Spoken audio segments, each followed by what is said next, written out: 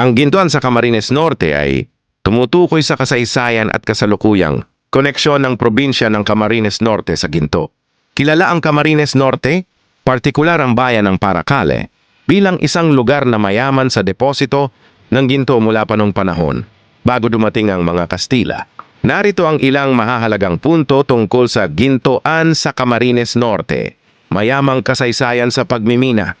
Bago pa man dumating ang mga Espanyol, aktibo na ang pagmimina ng ginto sa Camarines Norte, lalo na sa Paracale.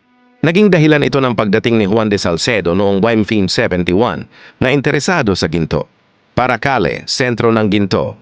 Ang pangalan ng Paracale mismo ay sinasabing nagmula sa Paracale na nangangahulugang canal digger o nagmimina na nagpapahiwatig ng matagal ng tradisyon ng pagmimina doon.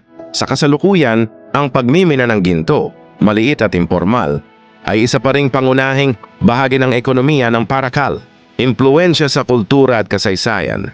Ang kayamanan ng ginto sa rehiyon ay nagkaroon ng malaking impluwensya sa kasaysayan ng Camarines Norte, mula sa pagdating ng mga dayuhan hanggang sa paghubog ng mga komunidad.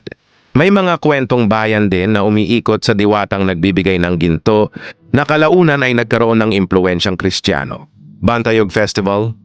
Bagaman hindi direktang tungkol sa ginto, ang Bantayog Festival sa Camarines Norte ay nagdiriwang ng kasaysayan ng probinsya kabilang ang mga mahalagang pangyayari at individual na naghubog nito.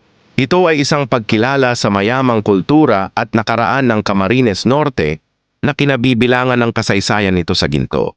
Sa madaling salita, ang gintuan sa Camarines Norte ay sumasalamin sa kung paano ang ginto ay naging at patuloy na nagiging mahalagang bahagi ng identidad, ekonomiya at kasaysayan ng probinsya.